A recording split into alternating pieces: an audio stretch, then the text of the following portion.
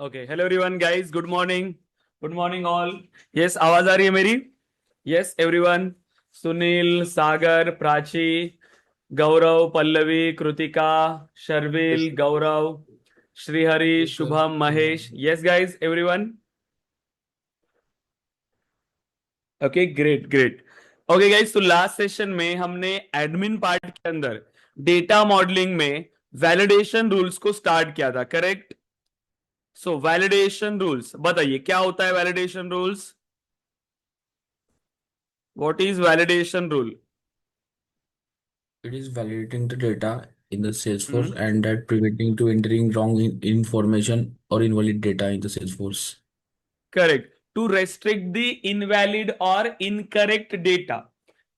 अब अगर सिस्टम के अंदर कोई भी इनवैलिड या इनकरेक्ट डेटा एंटर करने के लिए ट्राई करता है, हम उसे रेस्ट्रिक्ट कर सकते हैं कि ये डेटा हम हमारे सिस्टम में एंटर नहीं होने देंगे। अब ऐसा डेटा हमारे कोई काम का भी नहीं होगा। अगर उस डेटा के अंदर सारी चीजें नहीं है तो वो डेटा हम स्टोर नहीं करेंगे। क्लियर है? अब देखो, तो ये वर्क करता कैसे है। वैलिडेशन रूल के अंदर हम कुछ फॉर्मूलाज डिफाइन करते हैं। फॉर्मूलाज क्यों? जिससे हम अपने डेटा को वैलिडेट करेंगे कि ये डेटा हमें सिस्टम के अंदर स्टोर करना चाहिए या नहीं। अगर डेटा प्रॉपर है तो हम सिस्टम के अंदर एंटर करेंगे। अगर वो डेटा हमारे ऑर्गेनाइजेशन स्टैंडर्ड से मैच नहीं होता है तो हम उस डेटा को एंटर नहीं करेंगे। क्लियर है क्या यहां तक? Yes guys all. So validation rules. अब मल्टीपल रिक्वायरमेंट के लिए हमें ये वैलिडेशन रूल्स बनाने होते हैं, करेक्ट? सो लास्ट सेशन में मैंने आपको ये बताया था कि अगर मुझे किसी फील्ड को रिक्वायर्ड करना है सो क्या वैलिडेशन रूल आप यूज करते हो? यस। ओके, जो सिनेरियो हमने लास्ट सेशन में डिस्कस किया था, सभी ने प्रैक्टिस किया क्या? Greater than, less than, equal to, not equal to. Yes everyone guys, simple थे सिनारियोज। अगर मुझे किसी फील्ड को रिक्वायर्ड करना है, सो फील्ड रिक्वायर्ड, देन कैसे करते हो? फील्ड को रिक्वायर्ड क्या फंक्शन यूज करते हैं इसके लिए? ओके, कंसेप्ट क्या है कि हमें बस ये चेक करना है कि फील्ड के अंदर डेटा है या नहीं है। अगर डेटा है तो उसको सेव करेंगे। अगर वो फील्ड ब्लैंक है, रिक्वायर्ड का लॉजिक क्या है कि अगर फील्ड ब्लैंक होती है तो हम उसको एरर देते हैं, मतलब वो फील्ड रिक्वायर्ड हो गई। सिंपल चीज। अब यहां पे हमने अगर फील्ड को रिक्वायर्ड करना है तो दो फंक्शन आप यूज कर सकते हो। एक होता है इज ब्लैंक एंड एक होता है आपके पास इज नल। ये दो फंक्शंस है एक्चुअली, बट अभी के लिए जो आप यूज करते हो वो सिर्फ इज ब्लैंक यूज करते हो। इज नल जो है वो ओल्ड फंक्शन था। ठीक है, इज नल फंक्शन जो है वो ओल्ड फंक्शन था। पहले इज नल यूज करते थे बट ये सभी फंक्शनैलिटी के सभी फील्ड के लिए प्रॉपरली सपोर्ट नहीं करता था। ये जो है ये सभी के लिए प्रॉपरली वर्क नहीं करता था। जैसे न्यूमरिक के लिए तो ये वर्क कर रहा है प्रॉपर, बट टेक्स्ट के लिए ये प्रॉपर वर्क नहीं कर रहा है। अब इसकी वजह से क्या हुआ कि ये हमने यूज करना बंद किया है।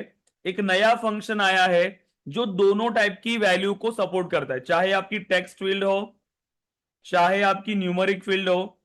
तो अगर मुझे वैल्यू चेक करना है तो आप सिर्फ इज ब्लैंक फंक्शन का ही यूज करेंगे। इंटरव्यूज में आपको ये क्वेश्चन पूछ सकते हैं कि इज ब्लैंक और इज नल में क्या डिफरेंस है। Okay, so is blank and is null में क्या डिफरेंस है, ये आपको इंटरव्यूज में क्वेश्चन पूछ सकते हैं, तो इसको थोड़ा सा प्रिपेयर करके आइएगा। ठीक है, इसको लिख के रखो, इज ब्लैंक और इज नल। तो इज नल एक ओल्ड फंक्शन था जो सभी टाइप की फील्ड के लिए प्रॉपरली वर्क नहीं कर रहा है। तो इसकी वजह से एक नया फंक्शन आया जो है इज ब्लैंक। ये मल्टीपल फील्ड्स के लिए वर्क करता है, चाहे टेक्स्ट फील्ड हो चाहे न्यूमेरिक फील्ड हो, दोनों के लिए ये वर्क करता है। तो अभी के टाइम पर आपकी चाहे कोई भी फील्ड हो, आप इज ब्लैंक फंक्शन का ही यूज करेंगे। ओके, बट अगर आपने ट्राई किया किसी पिकलिस्ट फील्ड को रिक्वायर्ड करने के लिए, ट्राई किया क्या आपने किसी पिकलिस्ट फील्ड को रिक्वायर्ड करने के लिए ट्राई किया? अगर आप ऐसे यूज करते हो इसको, जैसे हमारा सिंटेक्स क्या है, is blank. Okay, so is blank and यहां पर आप प्रोवाइड करो क्वालिफिकेशन। अगर इस तरीके से आपने यूज किया ना तो ये आपको एरर देगा। अब इसका रीजन क्या है? ये जो क्वालिफिकेशन की फील्ड है ये कोई टेक्स्ट फील्ड नहीं है। It is not a text field. इसको टेक्स्ट फील्ड कंसिडर किया नहीं जाता। तो कोई भी ऐसी फील्ड, ये जो फील्ड है ये टेक्स्ट फील्ड का डेटा यूज करती है, तो ये फील्ड यहां पे ऐसे सपोर्ट नहीं करती है। ये क्या करेगा? आपको एरर देगा। तो सिंपल है कि अगर मुझे क्वालिफिकेशन को रिक्वायर्ड करना है तो पहले इसको टेक्स्ट में कन्वर्ट करो। आपके फंक्शन बॉक्स में एक फंक्शन मिलेगा आपको टेक्स्ट नाम का, तो ये टेक्स्ट फंक्शन के अंदर पहले क्वालिफिकेशन को ऐड करो। ये टेक्स्ट में कन्वर्ट हो जाएगी, बाद में इसको इज ब्लैंक आप चेक कर सकते हो। तो ये आपके लिए होमवर्क है। चाहे पिक लिस्ट हो चाहे पिक लिस्ट मल्टी सेलेक्ट, आप उस फील्ड को मुझे रिक्वायर्ड करके बताएंगे कि पिक लिस्ट फील्ड को आप कैसे रिक्वायर्ड कर सकते हो। क्लियर है गाइस एवरीवन?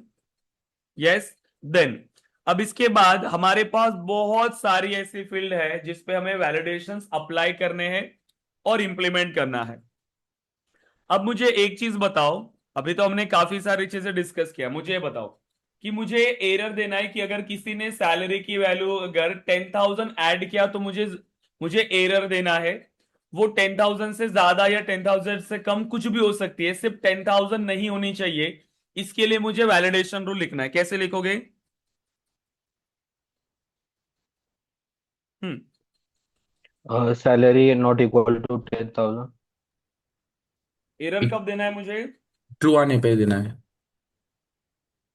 तो क्या लिखे? Salary not equal to 10,000। Equal to. Equal to लिखेंगे, correct. Salary equal to 10,000, right. जब सैलरी की वैल्यू 10,000 है तब मुझे एरर देना है, करेक्ट। फिर वो कुछ भी हो सकता है, तो ये फंक्शन ने अगर ट्रू रिटर्न किया तो एरर देंगे। ओके।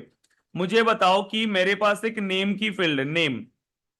अगर उसमें किसी ने टेस्ट ये ऐड किया, टेस्ट, ओके, जो भी रिकॉर्ड का नाम टेस्ट अगर ऐड किया तो मुझे एरर देना है। क्या लिखोगे?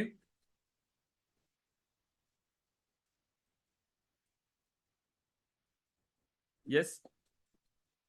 इसमें कुछ नया है क्या? नहीं, इक्वल टू टेस्ट। सिंपल, इसका भी तो यही लिखोगे ना, name is equal to test. अगर ये कंडीशन मैच होती है तो फिर से एरर। वैसे सेम आपके पास क्वालिफिकेशन है।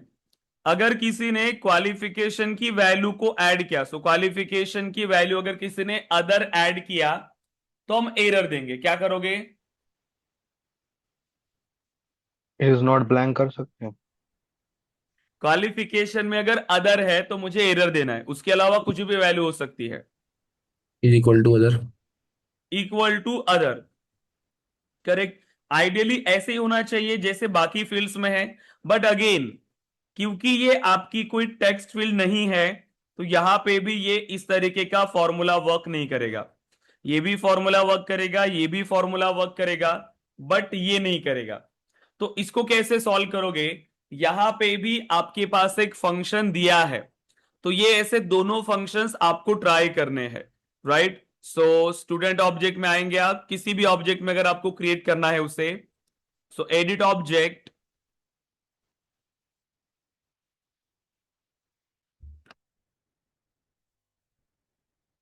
ठीक है।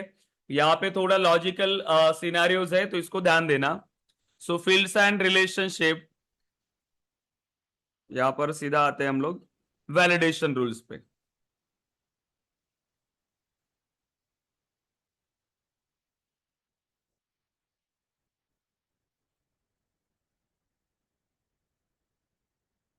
सो अब अगर मुझे एक न्यू वैलिडेशन रूल क्रिएट करना है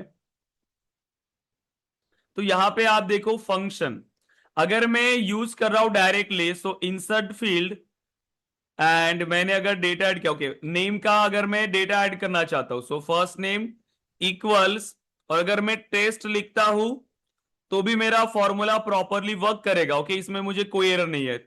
चेक सिंटैक्स करो, देखो कोई एरर नहीं है, नो एरर फाउंड, और ये फॉर्मूला आपका वर्क करेगा। बट वही अगर मेरे पास ये क्वालिफिकेशन की फील्ड है, सो इंसर्ट फील्ड मतलब आपकी पिक लिस्ट की, पिक लिस्ट या पिक लिस्ट मल्टी सेलेक्ट, सो ये क्वालिफिकेशन मेरी पिक लिस्ट फील्ड है, इक्वल्स, और अगर मैं यहां पर ऐसे वैल्यू को मैच करता हूं तो ये सपोर्ट नहीं करता। तो अगर हम इसका चेक सिंटैक्स करें तो देखो यहां पर हमें एरर आ गया। क्या एरर आ गया? अगेन सेम वही। So field qualification is a pick list field. Pick list field are only supported in certain function. आप इसको डायरेक्टली एक टेक्स्ट फील्ड की तरह यूज नहीं कर सकते। तो अगर मेरी ऐसी ही रिक्वायरमेंट है, वैल्यू को मैच करना है, तो क्या करें? उसके लिए यहां पर एक फंक्शन दिया हुआ है, आप उस फंक्शन को फाइंड करो। यहां पर एक फंक्शन आपको मिलेगा इज पिक वैल। ओके, एक फंक्शन आपको यहां पर मिलेगा इज पिक वैल। ऐसे बहुत सारे फंक्शन है। ओके, यहाँ पे थोड़ा बहुत आप इसको ओवरव्यू कर लेना जब आपके पास टाइम रहता है नॉर्मल फंक्शंस को सर्च करना। Okay, so is pick val, देखो pick list field and text literal, same यही एक्सप्रेशन को कैसे लिखते हो? पिक लिस्ट की फील्ड दे दो, किसी साथ मैच करना है वो दे दो, तो ये उसी फील्ड के साथ मैच करेगा। Returns true if a pick list value equals a string literal, मतलब अगर इस पिक लिस्ट की वैल्यू इस वैल्यू से मैच होती है तब वो आपको ट्रू रिटर्न करेगा। बिल्कुल सेम जो अभी हमने इंप्लीमेंट किया as it is, right. And use only, okay, requirement use only this for pick list equality, not equal to और equal to works only for pick list field. Okay, ये सिर्फ equality के लिए check करते हैं, otherwise हमें इसकी कोई जरूरत नहीं है। तो सिंपल हम क्या करेंगे? Insert field. ओके, पहले तो फंक्शन को ऐड करेंगे इज पिक वैल।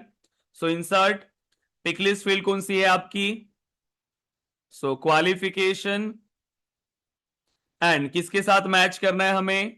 हमें मैच करना है इसको अदर फील्ड के साथ।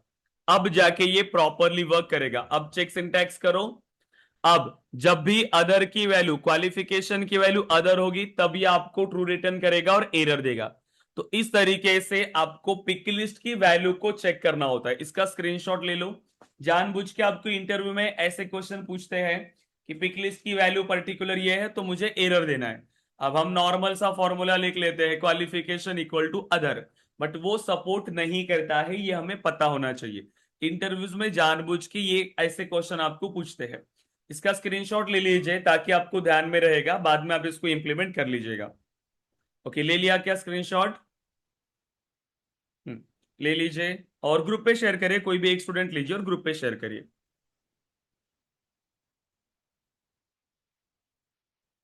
डन? Yes guys.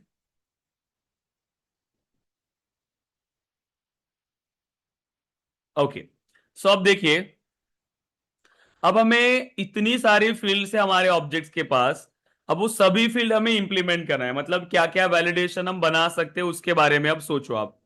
बेसिक से चलते हैं। तो जैसे हमने नेम को ऐड किया नए स्टूडेंट को, तो पहला तो कि अगर मुझे किसी फील्ड को रिक्वायर्ड करना है मैं रिक्वायर्ड कर सकता हूं।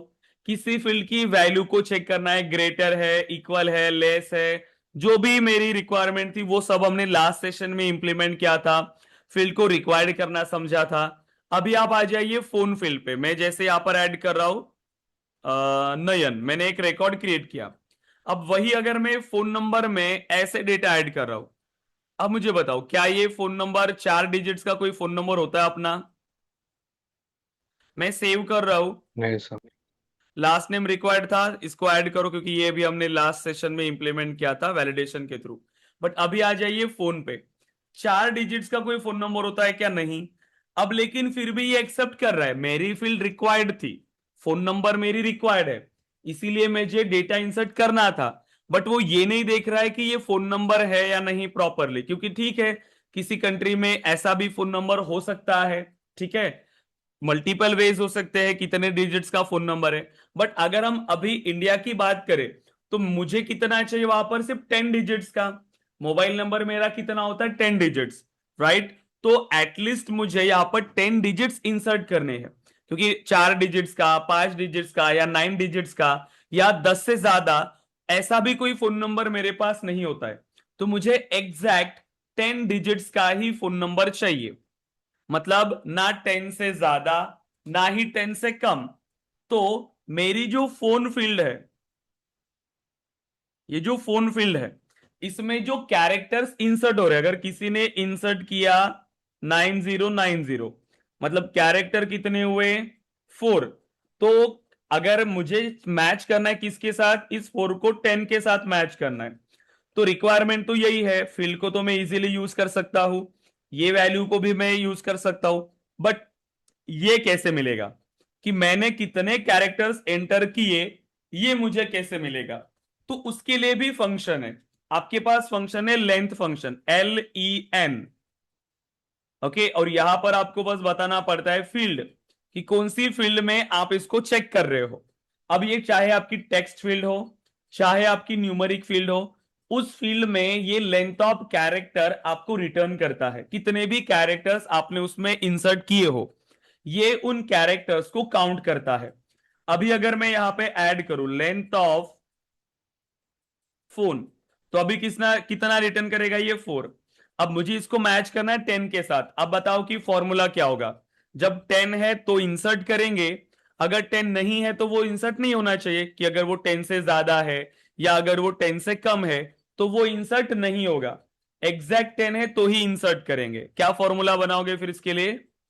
यस, सर नॉट लेन का इक्वल टू, फंक्शन, हाँ, लेन का फंक्शन आ जाएगा और जो फील्ड है वो, और फिर ब्रैकेट के बाद नॉट इक्वल टू 10 कर सकते हैं।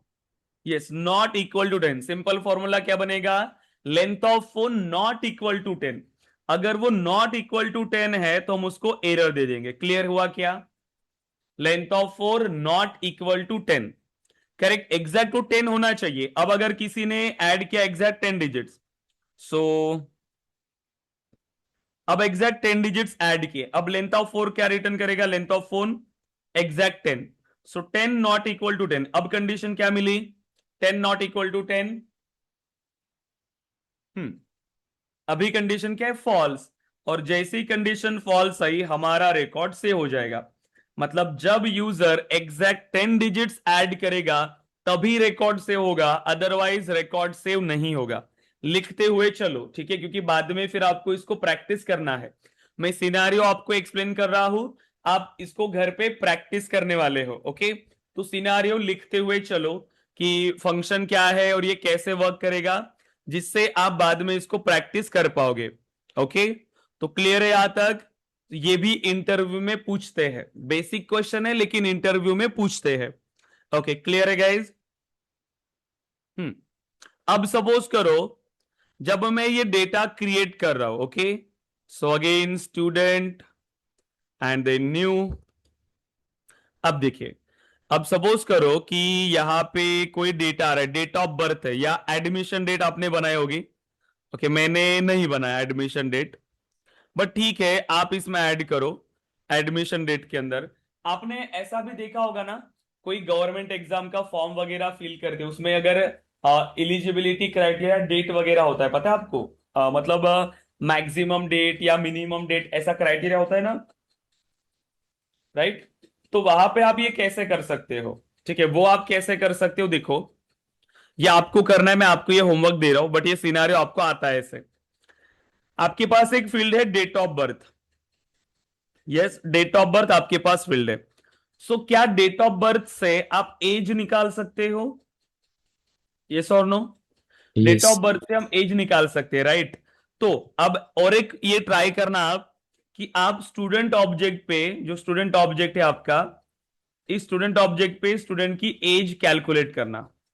कौन सी फील्ड यूज करोगे एज निकालने के लिए बाय डिफॉल्ट? क्योंकि वो ऑटोमेटिकली आना चाहिए उसकी एज, जैसे जैसे वो आगे बढ़ेगा वो ऑटोमेटिकली कैलकुलेट होगा।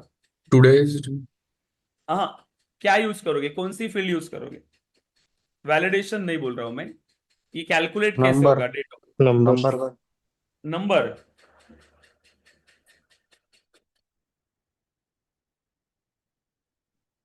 एज?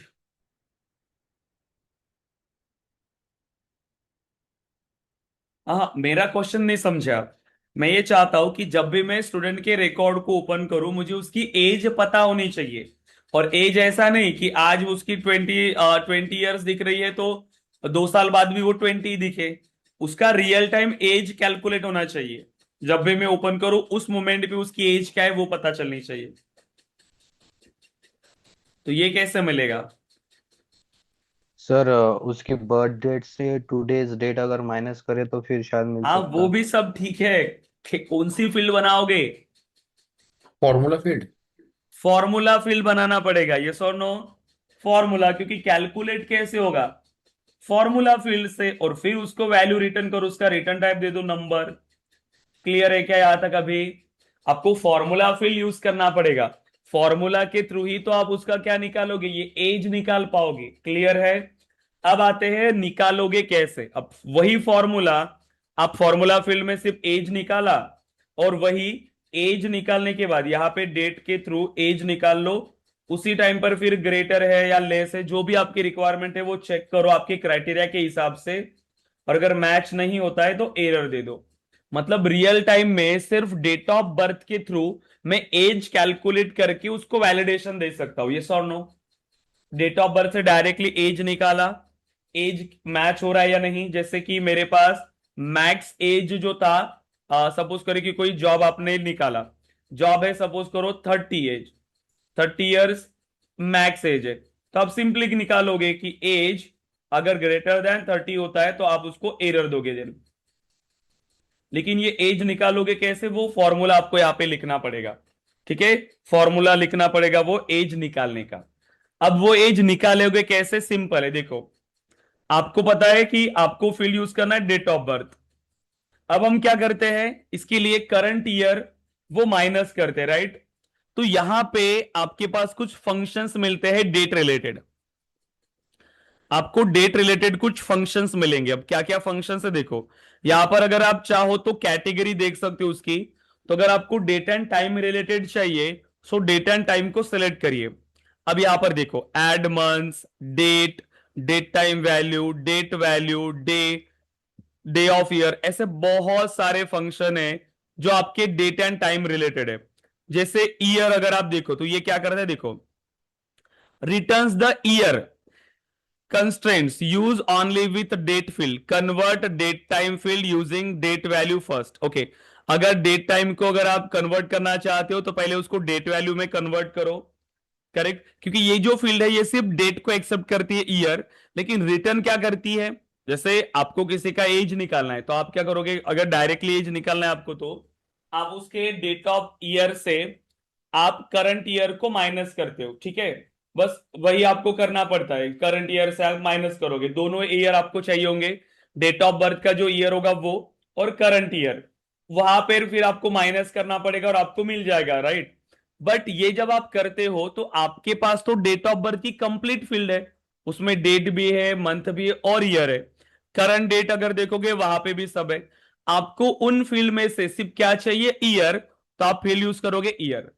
तो ईयर क्या करेगा, पर्टिकुलर फील्ड में से सिर्फ आपको ईयर माइनस करके देगा। क्लियर है? हम्म। तो जो भी आपका करंट ईयर है वहां से आप माइनस कर लो, आपको क्या मिल जाएगा, डेट ऑफ बर्थ। क्लियर है? एज मिल जाएगा। हम्म। बना पाएंगे फॉर्मूला इसके लिए? सो वैलिडेशन रूल भी ट्राई करना, प्लस जैसे यहां पर जो क्राइटेरिया है आपका स्टूडेंट के लिए, उसका 18 प्लस रखो, कि जिनकी एज 18 ईयर से ज्यादा है वही ये कोर्स को ज्वाइन कर सकता है। ऐसा क्राइटेरिया आप मुझे वैलिडेशन रूल बना के बताओ, ये आपके लिए होमवर्क है। जिनकी एज 18 ईयर से ज्यादा है वही कोर्स को ज्वाइन कर सकते हैं, लेकिन सिर्फ कैसे, इस डेट ऑफ बर्थ में इंसर्ट करने के बाद उसी फील्ड के थ्रू ये डेटा कैलकुलेट होना चाहिए, राइट। ओके, अब ये पे जो टुडे फंक्शन है, टुडे फंक्शन क्या करता है, जैसे आपको करंट डेट चाहिए, करंट मूवमेंट की अगर डेट चाहिए तो आप यूज करोगे टुडे फंक्शन, तो returns the current date. Simple है, टुडे फंक्शन ये क्या करेगा, आपको जिस मूवमेंट पे ये वैलिडेशन रूल फायर होगा, या आपका फॉर्मूला फील्ड, फॉर्मूला में भी यही फंक्शन है, जिस मूवमेंट पे ये फॉर्मूला एग्जीक्यूट होगा उसी मूवमेंट की करंट डेट ये आपको रिटर्न करेगा, करंट डेट। अब ये जो वैलिडेशन रूल है ये सिर्फ इंसर्ट के टाइम, मतलब सेव होने के टाइम ही एग्जीक्यूट होता है, बाकी बार नहीं।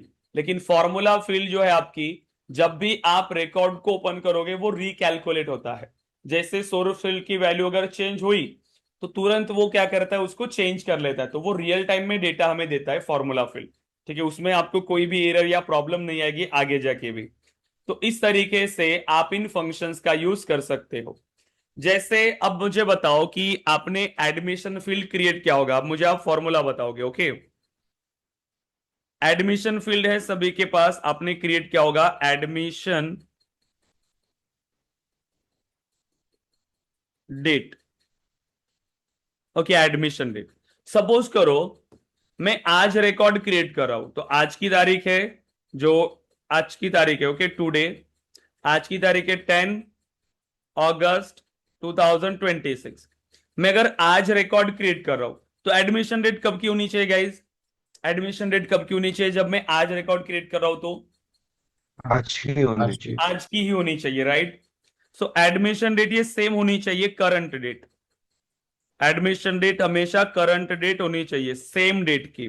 ओके, सपोज करो कि किसी ने एक दिन पहले एडमिशन किया, मतलब किसी ने कल एडमिशन किया, तो हो सकता है कि मैं आज रिकॉर्ड क्रिएट कर रहा हूं। ओके, पॉसिबल है ना कि 2 दिन पहले किसी स्टूडेंट ने एडमिशन किया था, मेरे ध्यान में नहीं रहा, मैंने उसका रिकॉर्ड क्रिएट नहीं किया, मैं 2 दिन के बाद रिकॉर्ड क्रिएट कर रहा हूं, और करंट उस एडमिशन डेट में मैं 2 दिन की डेट अगर ऐड कर रहा हूं तो भी ये एक्सेप्टेबल है। क्लियर है? तो भी ये एक्सेप्टेबल है। लेकिन बताइए कि अगर मैं किसी स्टूडेंट का एडमिशन कर रहा हूं आज, ठीक है, आज, और मैं डेट दे रहा हूं उसका 20, मतलब मैं 10 दिन के बाद या एक दिन के बाद भी अगर मैं डेट दे रहा हूं, तो भी ये अलाउ नहीं होनी चाहिए। फ्यूचर की डेट अलाउड नहीं होनी चाहिए। वो प्रीवियस डेट हो सकती है या करंट डेट हो सकती है। क्या फॉर्मूला बनेगा इसके लिए? ग्रेट। क्या लिखना होगा? Admission date greater than today, right? Today. So अगर एडमिशन डेट ग्रेटर होती है आज के डेट से, तो हम देंगे उसको error, right? So today, today क्या करता है? करंट मोमेंट की डेट आपको रिटर्न करता है। सिंपल है। यस गाइस, इजी है, आप इजीली इसको इंप्लीमेंट कर सकते हो। Yes, okay. तो ये भी एक सिनेरियो आपको ट्राई करना है, ठीक है? तो ऐसे बहुत सारे सिनेरियो है जो हम इंप्लीमेंट कर सकते हैं यहाँ पे। ओके देन, अब ये हमने इंप्लीमेंट किया। अब आप थोड़ा सा हम अभी एडवांस लेवल पे चलते हैं अगेन। अब मुझे ये बताओ, आपके पास 2 फील्ड है, ठीक है? अभी आपके पास 2 फील्ड है। मुझे ये एक चीज ये बताइए, अभी तक आपको कितने वेज पता चले जिससे आप फील्ड को रिक्वायर्ड कर सकते हो? अभी कितनी वेज पता है आपको जिससे आप फील्ड को रिक्वायर्ड करते हो? हम्म, कितने वेज अभी पता है आपको? तो टू वे से सर, एक। 2 वेज, राइट? अभी तक हमें सिर्फ 2 वेज पता है। पहला क्या है? जब हम ऑब्जेक्ट बनाते हैं, मतलब फील्ड बनाते हैं, राइट? सो फील्ड क्रिएशन के टाइम आप इसको रिक्वायर्ड कर सकते हो। और दूसरा, वैलिडेशन रूल। Validation rule. क्या डिफरेंस है दोनों में? कोई बता सर सकता है क्या डिफरेंस है? हाँ। जब हम फील्ड क्रिएट करते हैं तो तब रिक्वायर्ड का मतलब फील्ड रिक्वायर्ड का ऑप्शन आता है, अलग से हमें कुछ करने की जरूरत नहीं होती, तो हम्म। वो उसी के साथ शुरू हो जाता है। बट वैलिडेशन रूल्स हमें बनाना पड़ता है अलग से, उसके लिए लॉजिक लिखना पड़ता ओके, है। हाँ, बना लिया, लेकिन मतलब डिफरेंस क्या है? ये वैल वैलिडेशन रूल्स ऐसा है कि डेटा सेव होने से पहले फायर होता है। और ये फील्ड रिक्वायर्ड के रिक्वायर्ड ये कब होता है? I think. दोनों रिक्वायर्ड का काम क्या है? दोनों रिक्वायर्ड मतलब फील्ड को रिक्वायर्ड ही कर रहे हैं, सेव होने से पहले ही एग्जीक्यूट होता है। सेव होने के बाद कुछ नहीं हो रहा है, सेव होने से पहले ही हमने डिस्कस किया था ना, यस। रिक्वायर्ड का लॉजिक क्या है? Gate yes. में एंट्री होने से पहले ही गार्ड इसको चेक कर रहा है, तो चाहे इसके थ्रू रिक्वायर्ड करो या इसके थ्रू, डेटाबेस में जाने से पहले ही वो चेक हो रहा है। लेकिन डिफरेंस क्या है, जब आप कोई फील्ड रिक्वायर्ड करते हो फील्ड क्रिएशन के टाइम पे, या कोई फील्ड आप रिक्वायर्ड करते हो वैलिडेशन के थ्रू, तो डिफरेंस क्या हो सकता है? कौन सी सिनेरियो में आप कौन सा डेटा यूज करोगे, वो बताइए। कि यहां पर आप मुझे एक सिनेरियो बताओ कि इस सिनेरियो में मुझे फील्ड क्रिएशन के टाइम पे रिक्वायर्ड करना है, इस पर्टिकुलर सिनेरियो पे मैं सर वैलिडेशन वो रूल यूज करूंगा। हाँ, बताइए, सिनेरियो बताइए मुझे।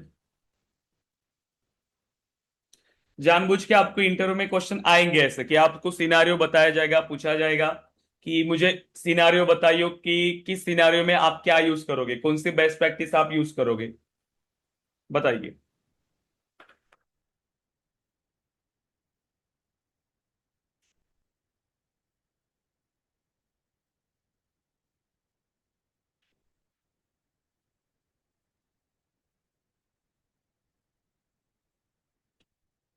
यस गाइस, डिफरेंस क्लियर नहीं हुआ? अभी तक हमने वैलिडेशन रूल यूज किया, फील्ड क्रिएशन पे भी हमने फील्ड को रिक्वायर्ड किया। हम्म।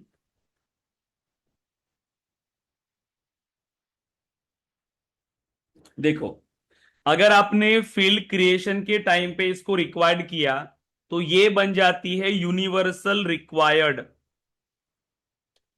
ये यूनिवर्सल रिक्वायर्ड हो गई। अब ये यूनिवर्सल रिक्वायर्ड हो गई। कोई भी यूजर, एनी यूजर, कोई भी यूजर डेटा को क्रिएट करे एनी टाइम, ओके, देन कहीं से भी आप डेटा को इंसर्ट कर रहे हो, सो एनी टूल, ठीक है, कहीं से भी एनी प्रोफाइल, ये सभी के लिए हो गई रिक्वायर्ड। आप कहीं से भी रिकॉर्ड इंसर्ट करो, चाहे कोई भी यूजर कर रहा हो, कुछ भी, ये फील्ड रिक्वायर्ड है सभी के लिए। इसमें कोई भी ऑप्शनल काम नहीं है। लेकिन अगर वैलिडेशन रूल के थ्रू मैं रिक्वायर्ड कर रहा हूं तो मैं ये फ्लेक्सिबिलिटी दे सकता हूं, यस और नो। यहां पर आपको फ्लेक्सिबिलिटी मिल सकती है। आप इसको कंडीशनली रिक्वायर्ड कर सकते हो, यस और नो बताइए अब आप। हम कर सकते हैं ना इसको कंडीशनली रिक्वायर्ड, कि किसी यूजर के लिए रिक्वायर्ड करना है, किसी यूजर के लिए नहीं करना, वो मैं कंडीशन यहां पर ऐड कर सकता हूं, यस और नो बताइए अभी आप। डिफरेंस क्लियर हुआ? यस। मैं इसको कंडीशनली रिक्वायर्ड कर सकता हूं। मतलब किसी प्रोफाइल के लिए अगर एडमिन इसको यूज कर रहा है तो एडमिन के लिए रिक्वायर्ड है। लेकिन वही अगर कोई सेम, कोई एचआर अगर ये रिकॉर्ड क्रिएट कर रहा है तो ये ऑप्शनल है। तो मैं उसमें मल्टीपल कंडीशंस ऐड कर सकता हूं मेरे फॉर्मूला के अंदर, कि प्रोफाइल भी चेक करो कि प्रोफाइल कौन है या यूजर कौन है। अगर ये यूजर है तभी ये फील्ड रिक्वायर्ड होनी चाहिए, अदरवाइज नहीं। तो ये कंडीशंस में उसके अंदर ऐड कर सकता हूं। ये फ्लेक्सिबिलिटी आपको यहां मिल सकती है क्या? नो, क्योंकि वो यूनिवर्सल रिक्वायर्ड है। एक बार आपने रिक्वायर्ड किया, वो सभी यूजर के लिए रिक्वायर्ड हो गई। कहीं से भी आप रिकॉर्ड इंसर्ट करो, वो फील्ड रिक्वायर्ड है। लेकिन वैलिडेशन रूल के थ्रू आपकी फील्ड ऑप्शनली रिक्वायर्ड हो सकती है, बेस्ड ऑन कंडीशन वो रिक्वायर्ड है। एग्जाम्पल के लिए मैं आपको अभी यहां पर बता रहा हूं। आपको मैंने दो फील्ड बनाने के लिए बोला था, याद होगा तो। पहली एक फील्ड थी आपकी क्वालिफिकेशन, याद है क्या? क्वालिफिकेशन स्टूडेंट ऑब्जेक्ट पे बनाया आप सभी ने, क्वालिफिकेशन फील्ड। अब इस क्वालिफिकेशन के अंदर बहुत सारे आपने वैल्यूज दिए थे। इसके बाद यहां पर एक फील्ड आपने क्रिएट किया था, ऐड क्वालिफिकेशन या फिर स्पेसिफाई क्वालिफिकेशन या मेंशन क्वालिफिकेशन, ऐसी कोई भी फील्ड आपने एक टेक्स्ट फील्ड बनाई होगी, याद है? यस। स्पेसिफाई करके मैंने आपको एक फील्ड बनाने के लिए बोला था। अब मैंने आपको ऑप्शन दिया था, देखो, कि स्टूडेंट का जो भी क्वालिफिकेशन होगा। अब देखो ये कि ये वर्क कैसे करेगा।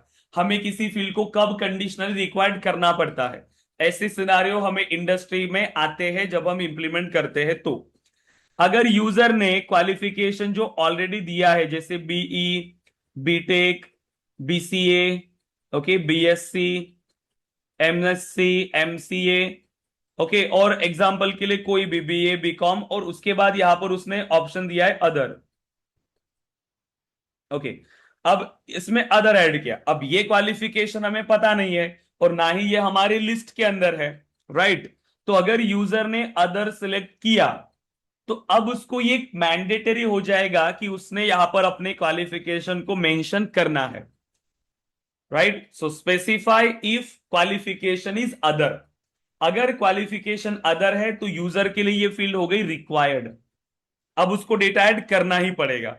बट अगर उसने क्वालिफिकेशन यहां पर ऑलरेडी ऐड किया, मतलब इनमें से कोई वैल्यू है, अदर अगर नहीं है वहां पे, तो फिर यूजर को इस फील्ड में डेटा ऐड करने की कोई नीड नहीं है। अगर चाहे तो ऐड कर भी सकता है, नहीं भी किया तो भी चलेगा। लेकिन अगर यहां अदर ऐड किया तो ये फील्ड हो गई अब रिक्वायर्ड। अब जब तक इसमें डेटा ऐड नहीं करता तब तक आपका रिकॉर्ड सेव नहीं होगा, आपको एरर आता रहेगा कि यहां पर आप क्वालिफिकेशन मेंशन करो। मतलब आपने इस फील्ड को क्या किया, कंडीशनली रिक्वायर्ड। कब रिक्वायर्ड है ये फील्ड? जब क्वालिफिकेशन की वैल्यू अदर है। इसके अलावा ये फील्ड रिक्वायर्ड है क्या बताइए? तब उसके अलावा ये फील्ड रिक्वायर्ड है क्या? नहीं। ये कंडीशनली रिक्वायर्ड है। अब ऐसी सिनेरियो आपको इंटरव्यू में आते हैं, इंटरव्यू में या जब आप इंडस्ट्री में काम करते हो तभी, कि हम किसी फील्ड को कंडीशनली कैसे रिक्वायर्ड करें, राइट। जैसे प्रोडक्ट्स होते हैं, एक प्रोडक्ट सेलेक्ट किया तो फिर उसी प्रोडक्ट की कैटेगरी फिर आपको ऐड करना पड़ेगा, मतलब एक फील्ड पे दूसरी फील्ड डिपेंडेंट है और वो आपको रिक्वायर्ड करनी पड़ती है, तब हमें ऐसी रिक्वायरमेंट आती है। क्या, कैसे लिखोगे इसके लिए फॉर्मूला, ट्राई करोगे क्या इसके लिए गाइस? सिनेरियो क्लियर हुआ ना आपको? इसका सिनेरियो क्लियर हुआ कि ये बताओ, ये ट्राई करके देखोगे? हम्म, या अभी बताते हो कैसे करोगे? सर ट्राई करके देखते हैं। ठीक है, ट्राई करोगे, इसका स्क्रीनशॉट ले लो जिससे आपको ये, ओके, ये दोनों भी इंपॉर्टेंट है तो इसका पूरा स्क्रीनशॉट ले लो, क्योंकि ये क्वेश्चन भी आपको इंटरव्यू में पूछते हैं। सिर्फ डायरेक्ट क्वेश्चन का प्रिपरेशन नहीं करना है हमें कि what is validation rule, what is formula field, ऐसे नहीं, क्योंकि वो तो एकदम ये हो गया कि एग्जाम में लिखने वाले क्वेश्चन, या डायरेक्ट क्वेश्चन वो अभी ऐसे पूछते नहीं है। सिनेरियो बेस्ड क्वेश्चन ज्यादा पूछते हैं, सिनेरियो ज्यादा देते हैं आपको, इस सिनेरियो में आप क्या यूज करोगे, राइट। वैलिडेशन भी डायरेक्टली वैलिडेशन रूल आपको नहीं पूछेंगे, आपको ये पूछा जाएगा कि सपोज करो कि मुझे डेटा इंसर्ट करना है और मुझे डेटा को चेक करना है कि अगर ये डेटा मेरे पास प्रॉपर नहीं है तो मैं चाहता हूं कि ये डेटा सेव ना हो, तो इसके लिए क्या यूज करोगे आप? तब फिर आपका सॉल्यूशन होगा वैलिडेशन रूल। फिर क्वेश्चन आएगा कि व्हाट इज वैलिडेशन रूल, ऐसे डायरेक्ट क्वेश्चन नहीं आता। पहले सिनेरियो देते हैं, सिनेरियो के बेस पे वो ये जज करते कि यस आपका प्रेजेंस ऑफ माइंड कैसा है, आपको कोई सिनेरियो दिया तो आपको तुरंत रिफ्लेक्ट होता है क्या कि हमें क्या यूज करना चाहिए, उसके बाद फिर आपको क्वेश्चंस आते हैं। क्लियर है गाइज एवरीवन? तो इसीलिए थोड़ा अच्छे से हम प्रिपेयर कर रहे हैं, राइट। अब देखो, अब हमने अभी तक क्या क्या सिनारियो या क्या क्या यहाँ पर हमने इसमें डिस्कस किया, एक बार मुझे बता दीजिए कि कौन से फंक्शन अभी तक हमने इसके अंदर डिस्कस किया है, बता सकते हो? सो पहला is blank, is null, is pick val, उसके बाद text, len. Length, today, today.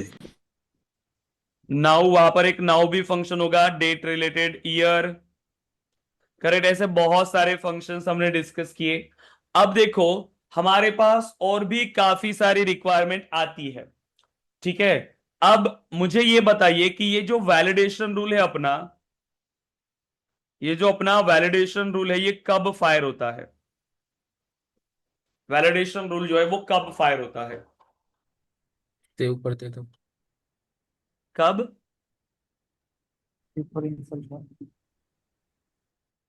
कब वैलिडेशन रूल फायर होता है?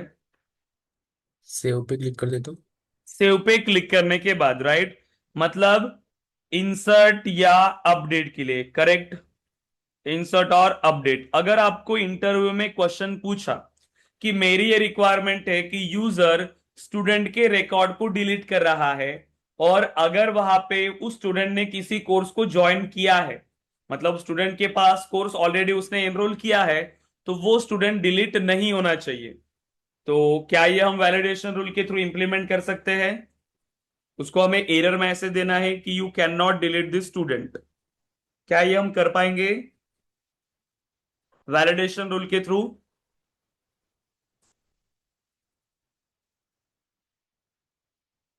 बताइए, आपसे पूछ रहा हूं गाइज, वैलिडेशन रूल के थ्रू कर पाएंगे क्या? सो यूजर ने अगर स्टूडेंट का रिकॉर्ड डिलीट करने के लिए ट्राई किया, और वहां पे जो है स्टूडेंट ने किसी कोर्स में एनरोल किया हुआ है, तो कोर्स की फील्ड में डेटा है, तो बिजनेस रिक्वायरमेंट ये कहती है कि अगर किसी स्टूडेंट ने कोर्स को ज्वाइन किया है तो वो स्टूडेंट का रिकॉर्ड डिलीट नहीं होना चाहिए, उसके लिए एरर आना चाहिए। तो क्या ये हम वैलिडेशन रूल के थ्रू इंप्लीमेंट कर सकते हैं? जो एरर मैसेज मुझे देना था, क्या मैं वैलिडेशन रूल के थ्रू दे सकता हूं?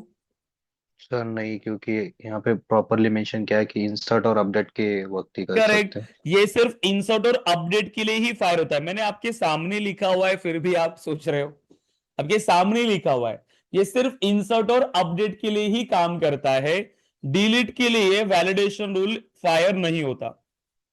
डिलीट के लिए आपका वैलिडेशन रूल एग्जीक्यूट ही नहीं होता, फायर ही नहीं होता, उसको पता भी नहीं चलता कुछ भी। तो डिलीट के लिए ये सपोर्ट ही नहीं करता है, सिर्फ इंसर्ट या अपडेट। तो ये इसकी लिमिटेशन है वैलिडेशन रूल की। तो डिलीट वाले लॉजिक अगर मुझे लिखने हैं तो उसके लिए फिर आपको कोड करना पड़ेगा, ट्रिगर के थ्रू फिर आपको उसको इंप्लीमेंट करना पड़ेगा। आगे जाके जब हम ट्रिगर वगैरह डिस्कस करेंगे डेवलपमेंट पार्ट में, तब हम इसको इंप्लीमेंट करेंगे कि हम कैसे इसे इंप्लीमेंट कर सकते हैं। क्लियर है?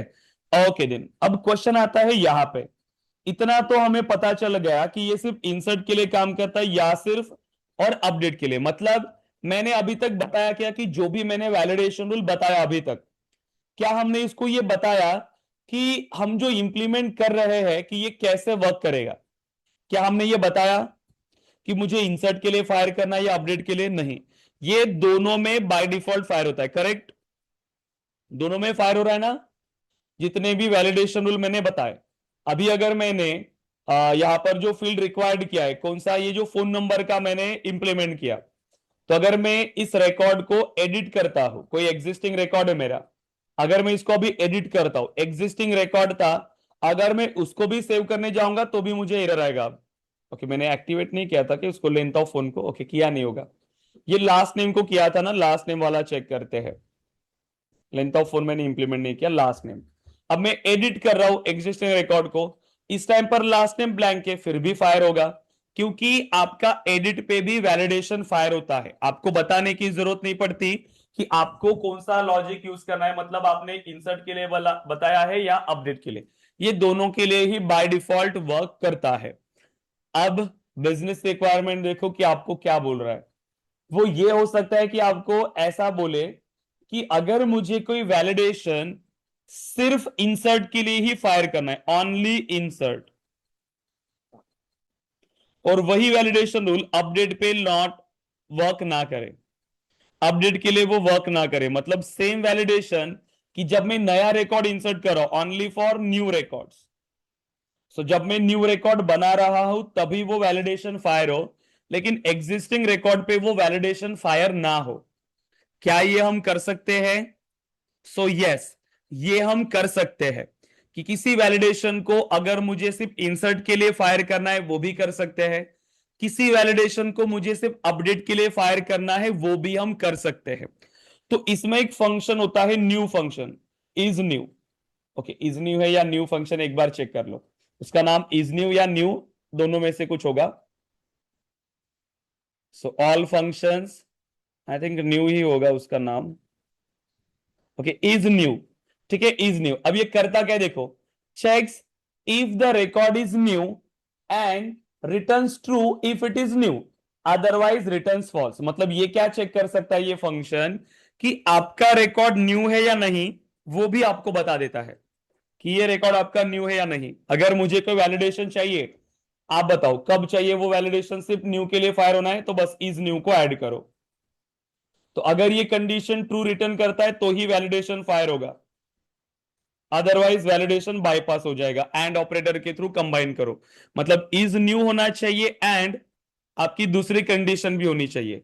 तो ये कंडीशन मैच हो रही है एंड अगर रिकॉर्ड न्यू है तो ही आपका ये फॉर्मूला वर्क करेगा। अब मुझे बताओ, जैसे कि यहां पर फंक्शन है is blank last name. Okay, अब अगर मैं नया रिकॉर्ड इंसर्ट कर रहा हूं कि न्यू रिकॉर्ड, मैंने न्यू रिकॉर्ड इंसर्ट किया, अब दोनों फंक्शन, अब मैंने लास्ट नेम को जो है वो ब्लैंक रखा, इसमें कोई डेटा नहीं दिया, अब ये क्या रिटर्न करेगा बताओ? इज न्यू ने क्या रिटर्न किया? ट्रू, यस, क्योंकि मैं नया रिकॉर्ड क्रिएट कर रहा हूं, ट्रू। एंड इज ब्लैंक क्या है, अभी नल है, ब्लैंक है डेटा, तो क्या रिटर्न करेगा? ट्रू। तो क्या आया, दोनों की value true I, true true is true, तो मुझे एरर मिल जाएगा। मतलब ये वर्क कर रहा है कब, जब मैं नया रिकॉर्ड इंसर्ट कर रहा हूं तो। सपोज करो मैं एग्जिस्टिंग रिकॉर्ड को अपडेट कर रहा हूं, अभी अभी मैं रिकॉर्ड को अपडेट कर रहा हूं और लास्ट नेम अभी फिर से ब्लैंक है, so last name again blank है। तो अब आप मुझे बताओ इस न्यू की वैल्यू अब क्या मिली आपको? क्या ये अब न्यू रिकॉर्ड है? क्या ये वैलिडेशन न्यू के लिए है? नहीं। तो अब ये रिटर्न करेगा फॉल्स, क्योंकि ये नया रिकॉर्ड नहीं है। सो एंड अब इज ब्लैंक तो अगेन ट्रू ही था, बट बताओ एंड ऑपरेटर है, एक की वैल्यू ट्रू है एक की फॉल्स है, क्या आता है रिजल्ट? फॉल्स। क्या आएगा? फॉल्स। And false. फॉल्स आने पे आपका रिकॉर्ड हो जाएगा सेव। मतलब सेम कि आपका जो फील्ड था रिक्वायर्ड, वो अब अपडेट के टाइम वो फील्ड रिक्वायर्ड नहीं है, वो सिर्फ इंसर्ट के टाइम ही रिक्वायर्ड है। तो ऐसा कोई भी सिनेरियो जो आप चाहते हो कि वो सिर्फ इंसर्ट के लिए वर्क करे, अपडेट के लिए ना करे, वो यूज कर सकते हो। ओके, अगर मुझे इसका अपोजिट करना है तो मैं चाहता हूं कि सिर्फ अपडेट के लिए वर्क करे, नए रिकॉर्ड के लिए वर्क ना करे, वो कैसे करोगे अब? फंक्शन एक ही है, इज न्यू का ही यूज करना है वहां पे भी, लेकिन उसका अपोजिट काम करना चाहिए। तो कैसे काम करते हो? मुझे एकदम उसका अपोजिट काम करना चाहिए। मतलब अब मैं क्या चाहूंगा कि इज न्यू पे फॉल्स रिटर्न करे, ओके, और एग्जिस्टिंग मतलब जब आप एग्जिस्टिंग रिकॉर्ड क्रिएट करे हो तब आपको ट्रू रिटर्न करे, तो उसके अपोजिट काम हो गया वो। Not is new, correct? कैसे यूज करेंगे? Not is new. तो अगेन आपके पास एक ऑपरेटर होगा नॉट, और नॉट के अंदर इसको ऐड करो इज न्यू को, तब ये उसके अपोजिट वर्क करेगा। इसी को हम कहते हैं निगेशन। तो सेम फंक्शन को मल्टीपल वे में हम इंप्लीमेंट कर सकते हैं। तो इस तरीके से आप अपने वैलिडेशन रूल्स को इंप्लीमेंट कर सकते हो गाइस। क्लियर है क्या? तो इतने सारे वैलिडेशन है, आप इसको इंप्लीमेंट करेंगे। Yes everyone, Gaurav, Gayatri, Kritika, yes Mahesh, Pallavi, Prachi, Rohit, Sagar, Sharvil, Shrihari, Shubham, Sunil, yes everyone clear है गाइस? सो वैलिडेशन रूल की प्रैक्टिस अच्छे से करेंगे। जितने फंक्शंस हमने डिस्कस किए उसको लिख के रखो, प्रैक्टिस करो, क्योंकि इंटरव्यूज में भी आपको ऐसे क्वेश्चन पूछते हैं, राइट? तो इसीलिए ये बहुत इंपॉर्टेंट है, राइट? अब देखिए, तो अब हम क्या करेंगे, देखो अब हमें डेटा मॉडलिंग के अंदर एक बेसिक टॉपिक्स डिस्कस करने हैं, वो भी अभी हम आज डिस्कस कर लेते हैं। तो इसमें डिस्कस क्या करना है अब, जैसे कि टैब कैसे बनाते हैं, ऐप कैसे बनाते हैं, और एक है स्कीमा बिल्डर। ये तीन टॉपिक अब हमें डिस्कस करने हैं, ज्यादा टाइम नहीं लगता, इसको भी हम डिस्कस करेंगे। ओके, सो देखो, हमने मल्टीपल ऑब्जेक्ट्स बनाए, याद है कि आपको ऑब्जेक्ट्स बनाए ना हमने? तो ऑब्जेक्ट के लिए टैब जरूरी है, यस और नो? Yes. क्यों बनाते हैं हम लोग टैब? टैब का यूज क्या है? To easily access that object. Correct, object को एक्सेस करने के लिए, क्योंकि अगर मुझे उसमें रिकॉर्ड को व्यू करना है, राइट, सो रिकॉर्ड की डिटेल्स लेना है मुझे, या न्यू रिकॉर्ड क्रिएट करना है, तब मुझे टैब पे ही जाना पड़ेगा। ऑब्जेक्ट मैनेजर से रिकॉर्ड नहीं बनते। ऑब्जेक्ट मैनेजर से सिर्फ ऑब्जेक्ट की डिटेल्स आप ले सकते हो, उसमें कुछ चेंजेस आप कर सकते हो, लेकिन रिकॉर्ड एक्सेस करने के लिए टैब। अब ये जो टैब है ये सिर्फ ऑब्जेक्ट का ही नहीं बन रहा है, बहुत सारे आप इंप्लीमेंट करोगे आगे जाके उसका टैब बनेगा। जैसे एक वेब पेज का टैब आप दे सकते हो, कंपोनेंट का टैब आप ले सकते हो, ठीक है, किसी पेज का नॉर्मल जो आप पेज बनाते हो उस पेज का टैब आप ले सकते हो, कंपोनेंट का, ऐसे मल्टीपल है। बट अभी हम बना रहे ऑब्जेक्ट का टैब। ओके, सो देखो, अगर आप गलती से ऑब्जेक्ट आपने बना लिया और आपने उसका टैब ही नहीं बनाया तो क्या होगा? देखो, मैं अगर एक ऑब्जेक्ट बना लेता हूं, ऑब्जेक्ट बनाते टाइम ही आपको ये ऑप्शन देता है कि आप उसका टैब बना लो, बट अगर नहीं बनाया तो ये कैसे वर्क करता है देख लीजिए। So create custom object. So tab के लिए मैं जैसे नाम देता हूं अब इसको, ओके, डेवलपर। ये ऑब्जेक्ट मेरे पास नहीं है तो मैं ये ऑब्जेक्ट बना लेता हूं। सो डेवलपर, प्लूरल लेबल देते हैं developers, okay, then developer name as it is रखते हैं, सभी ऑप्शनल फीचर्स को अलाउ कर लो, allow search, notes and attachment सब ऐड कर लो एंड सेव। ठीक है, तो ये ओके, मैंने उसमें ऑप्शन टैब्स का सिलेक्ट कर लिया था, राइट? टैब का ऑप्शन सिलेक्ट किया था, इसीलिए ये मुझे ऑप्शन दे रहा है। अब मैं इसका टैब नहीं बनाता, सपोज करो कि आप गलती से वो जो बटन थी उसको ही सेव करना भूल गए, जो लास्ट वाली बटन थी ना आपकी, उसको ही आप क्लिक करना भूल गए, अगर जिसमें add new custom tab wizard after saving this custom object, right, ऐसा एक ऑप्शन था। अगर आपने उस पर क्लिक नहीं किया तो वो टैब का ऑप्शन ही नहीं आएगा, आप सिर्फ ऑब्जेक्ट मैनेजर पे आओगे और आपका ऑब्जेक्ट बन जाएगा। तो ऑब्जेक्ट तो हमारा बन गया, सिर्फ टैब नहीं बना, राइट? सो देखो, डेवलपर ऑब्जेक्ट मेरा बन गया, लेकिन इसका टैब बना क्या? नहीं। तो अगर आप ऑब्जेक्ट क्रिएट करते टाइम टैब बनाना भूल गए, क्या करोगे? आप आ जाओ सेटअप में, मतलब इसी होम पे आ जाओगे। ये सेटअप पेज है आपका, जितनी भी सेटिंग्स रिलेटेड है वो सभी यहीं पर आपको मिलेंगे। तो यहां पे सर्च करो टैब्स। ओके, टैब्स, टैब्स पे सर्च किया, ओपन किया। ओके, एंड देखो अब जितने भी ऑब्जेक्ट की टैब्स है वो सब यहां पर है। Object tab, web tabs, visual force tab, lightning web component tab and lightning page tab, इन सभी के टैब्स आप बना सकते हो। अभी हम ऑब्जेक्ट का बना रहे हैं, तो मैंने जितने ऑब्जेक्ट बनाए सभी का, हर ऑब्जेक्ट का एक ही टैब बनता है, मल्टीपल नहीं। तो मेरे पास जितने ऑब्जेक्ट थे सभी का टैब मैंने बना लिया। अब अगर आप चाहते हो कि अभी जो मैंने टैब बनाया उसका उस ऑब्जेक्ट का टैब बने, तो न्यू में क्लिक करोगे तो सिर्फ वही ऑब्जेक्ट आपको मिलेगा जिसका टैब नहीं बना है। जिसका टैब बना है ऑलरेडी वो ऑप्शन में नहीं आएगा। देखो ऑब्जेक्ट सिलेक्ट करने के लिए पास आया, सिर्फ डेवलपर ऑब्जेक्ट दिख रहा है, क्योंकि इसी एक ही ऐसा ऑब्जेक्ट है जिसका टैब नहीं बना है। क्लिक करेंगे, इसके बाद ये सिलेक्ट किया हमने एंड नेक्स्ट। अब यहां से आप उस ऑब्जेक्ट का टैब बना सकते हो। टैब बनाने के बाद आपको क्या क्या ऑप्शंस आते थे वो भी मैं बता रहा हूं। टैब बनाया, पहला जो ऑप्शन आया वो आया ऐड टू प्रोफाइल। पहला ऑप्शन आता है ऐड टू प्रोफाइल, मतलब कि आप इस टैब का एक्सेस कितनी प्रोफाइल को देना चाहते हो। बाय डिफॉल्ट में सभी के लिए ऑन कर रहा हूं, मतलब जितनी भी प्रोफाइल्स मेरे पास है सभी को इस टैब का एक्सेस चला जाएगा। लेकिन डोंट वरी, अगर उस प्रोफाइल को ऑब्जेक्ट का एक्सेस अगर नहीं है तो उसको टैब भी विजिबल नहीं होगा। उसको टैब तभी विजिबल होगा जब उस प्रोफाइल को ऑब्जेक्ट का एक्सेस होगा। उसके बाद जब हम फिर से नेक्स्ट पे चलते हैं, उसके बाद फिर ऑप्शन आता है हमारे पास कस्टम ऐप का।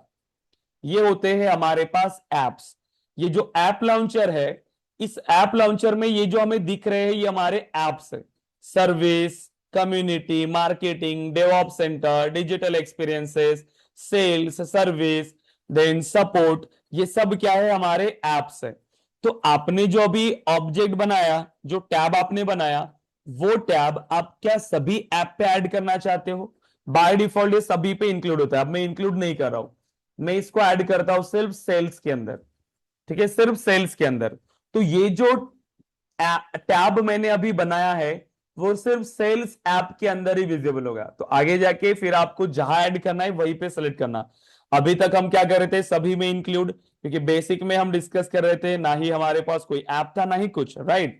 तो अब अगर आप देखोगे तो अभी तक आपने जो टैब्स बनाए वो सभी में इंक्लूड हो गए, लेकिन ये जो है ये सिर्फ आपको मिलेगा सेल्स के अंदर।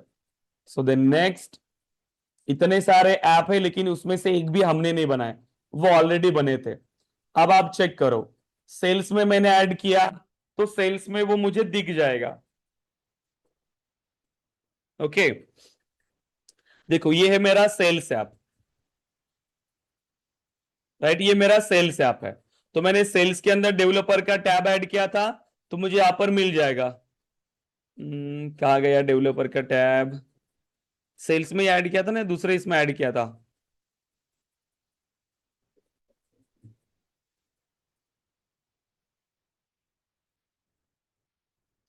सेल्स में नहीं ऐड किया था क्या हमने? इसमें ऐड किया था, मुझे भी याद नहीं है कि कहाँ पे ऐड किया था उसको। ठीक है, जहां पर भी ऐड किया होगा वो तो हमें दिखेगा ही। यहाँ पर शायद हमने ऐड नहीं किया था उसको, किसी दूसरे इसमें ऐड किया होगा। ओके, यहाँ पे नहीं ऐड हुआ वो, किसी दूसरे इसमें ऐड किया होगा। ठीक है, तो ये टैब होता है, इतना समझ लो। और ये हम ऐड करते हैं किसी ऐप के अंदर। अब ये ऐसे हमारे पास एप्स होते हैं, जैसे ये सेल्स ऐप है। अभी सेल्स ऐप के अंदर मेरे पास मल्टीपल टैब्स होते हैं। ये एक पेंसिल आइकन है, ये नेविगेशन आइटम को एडिट करने का ऑप्शन दिया गया है, इसीलिए एज ए यूजर मैं अपने हिसाब से इसको पर्सनलाइज कर सकता हूं कि मेरे टैब कैसे होने चाहिए, उसका सीक्वेंस क्या होना चाहिए, पहले कौन सा फिर दूसरा कौन सा, मैं उसको चेंज कर सकता हूं कि पहले अपॉर्चुनिटी बाद में हो, या पहले होम बाद में अपॉर्चुनिटी देन लीड, इस तरीके से। तो मैं अपने हिसाब से इसको चेंज कर सकता हूं और उसको सेव कर सकता हूं। मैं अगर दूसरा टैब इसमें ऐड करना चाहूं तो मैं कर सकता हूं, लेकिन ये ऑप्शन हर ऐप के लिए अवेलेबल नहीं होता है। ओके, तो टैब का मतलब तो क्लियर है, टैब क्या है, एक नेविगेशन आइटम है, एक मेन्यू आइटम की तरह, क्योंकि जब आप उस पर क्लिक करोगे आप उस ऑब्जेक्ट पे या उस पेज पे आप रिडायरेक्ट करोगे। अब बात आती है इस ऐप की कि ये ऐप होता क्या है, ये ऐप क्या है। सो देखो, ऐप आपको दिखने से ही पता चल रहा है कि उस ऐप का काम क्या है, जैसे sales app, support app, right. So sales app, support, इन सब का यूज क्या है। तो सेल्स में अगर आप ओपन करते हो तो सेल्स के रिलेटेड जितने भी ऑब्जेक्ट्स आपके पास थे वो ऑब्जेक्ट आपको यहां पर मिल रहे हैं, ठीक है। वो ऑब्जेक्ट मिले जैसे कि lead, account, contact, right, opportunity. अब ये सभी ऑब्जेक्ट आपको एक जगह पे मिले, ये सभी ऑब्जेक्ट जो सेल्स रिलेटेड डेटा था वो एक जगह पर आपने ऐड किया, इसे हम कहते हैं ऐप। एप्लीकेशन, ये जो एप्लीकेशन है वो ये एप्लीकेशन नहीं है कि जो हम एंड्रॉयड ऐप बोलते हैं या वेब ऐप बोलते हैं, वैसा नहीं। ये सिंपल एक ऐप है जिसमें हम कलेक्शन ऑफ टैब्स को ऐड करते हैं। सो related data, so related data in one place, in one place, right. ये होता है आपका ऐप, इसको हम बोलते हैं ऐप। एक कंटेनर की तरह है, एक कंटेनर की तरह, जैसे आपका बैग होता है ना, एक बैग, उसमें आपने पूरा सामान रखा है, आपका पढ़ाई का अलग, कपड़े अलग, तो वो होता है एक कंटेनर। तो उसी कंटेनर की तरह जो रिलेटेड डेटा है वो आपने एक जगह पर ऐड कर लिया। क्योंकि जब हम प्रोजेक्ट पे काम करते हैं तो इतना सारा डेटा, इतने सारे ऑब्जेक्ट्स, तो उसको कैटेगराइज करके रखना पड़ेगा हमें अच्छे से। यस और नो गाइज, कैटेगराइज हमें करना होगा। तो वो हम करते हैं कहां पे, एक टैब के थ्रू, मतलब एक ऐप के थ्रू। क्लियर है क्या, आपका मीनिंग क्लियर है क्या, बताइए। ऐप का मीनिंग क्लियर है गाइस सभी को? Yes. Yes. So app is the collection of tabs, इसको क्या बोलते हैं हम लोग, ऐप को कलेक्शन ऑफ टैब्स, हम इसको बोलते हैं कलेक्शन ऑफ टैब्स, ताकि मेरा जितना भी रिलेटेड डेटा है वो एक जगह पे रहे। तो सेल्स ऐप में अगर आप आओगे तो सेल्स रिलेटेड डेटा मिलेगा। आप अगर यहां पे सर्विस ऐप पे आओगे, सर्विस, तो आपको सर्विस रिलेटेड डेटा मिलेगा। सर्विस मतलब जो केसेस रिलेटेड थे। और एक टैब मल्टीपल ऐप का पार्ट हो सकता है, देखो जैसे स्टूडेंट, बैचेस, डिपार्टमेंट्स, मैंने सभी ऐप में इंक्लूड किया था। जब मैंने इसको क्रिएट किया मैंने सभी ऐप में इंक्लूड किया, इसीलिए वो मुझे हर जगह पे दिखेंगे, जितने ऐप में आपने इंक्लूड किया हर जगह पे, क्योंकि आप उसको मल्टीपल जगह पे ऐड कर सकते हो। एक टैब मल्टीपल ऐप के अंदर आप इंक्लूड कर सकते हो। ओके। अब क्वेश्चन ये आता है कि अगर मैंने भी तो ये ऑब्जेक्ट बनाए, स्टूडेंट, बैच, मतलब स्टूडेंट मैनेजमेंट रिलेटेड मैंने ऐप बनाए, तो वो ऐसे सर्विस का पार्ट नहीं होना चाहिए था, ना कि वो सेल्स का भी पार्ट होना चाहिए था। तो अब मैं उसको अलग स्टोर करूंगा, ताकि वो सेपरेट होना चाहिए ना वो डेटा भी मेरा। जैसे मुझे सिर्फ स्टूडेंट ऐप पे काम करना है तो मैं सिर्फ स्टूडेंट ऐप पे जाऊंगा, वहां से स्टूडेंट के डेटा को मैनेज करूंगा। यस और नो? तो अब आपको क्या करना पड़ेगा, इसके लिए ऐप क्रिएट करना पड़ेगा। तो आज हम बनाएंगे हमारा ऐप सेल्सफोर्स के अंदर, ठीक है। तो एक कलेक्शन ऑफ टैब्स हम बनाएंगे, तो हम क्या करेंगे, स्टूडेंट ऐप बनाएंगे। सो स्टूडेंट ऐप, नाम आप कुछ भी दे सकते हो इसको, एंड इस पे आप नाम दो, जैसे कि नाम दिया कि क्या क्या ऑप्शंस आपको चाहिए, जैसे कि स्टूडेंट ऑब्जेक्ट, इंस्टॉलमेंट, जितने भी ऑब्जेक्ट्स आपने बनाया अभी वो सब ऐड कर दो, instalment, then courses and batch, इतने ही ऐड कर लो, बाकी का नहीं। जैसे एम्प्लॉय, डिपार्टमेंट, वो इसमें ऐड करने की जरूरत नहीं है, इसमें सिर्फ ये चार ऑब्जेक्ट्स आप ऐड करोगे, ठीक है, जो हमने क्रिएट किया है ऑलरेडी। क्लियर है एवरीवन? अब आते हैं ऐप के ऊपर कि इसको बनाते कैसे। अब ध्यान दो, इजी स्टेप्स है, कोई हार्ड नहीं है, सिंपल। Gear icon, setup. अब सभी लोग ध्यान दो कि इसको बनाते कैसे है। गियर आइकन, सेटअप, इसके बाद यहां पे सर्च करो ऐप मैनेजर, ठीक है। क्या सर्च करेंगे, ऐप मैनेजर। सो ऐप मैनेजर में आ गए, क्लिक करो इसको। ओके, सो ऐप मैनेजर। अब इस ऐप मैनेजर के अंदर देखो आपको सभी ऐप की डिटेल्स मिल रही है। देखो जैसे मैंने बताया आपको, DevOps center, data manager, data cloud, right, platform, sales app, right, sales app, then उसके बाद sales console, service, service console.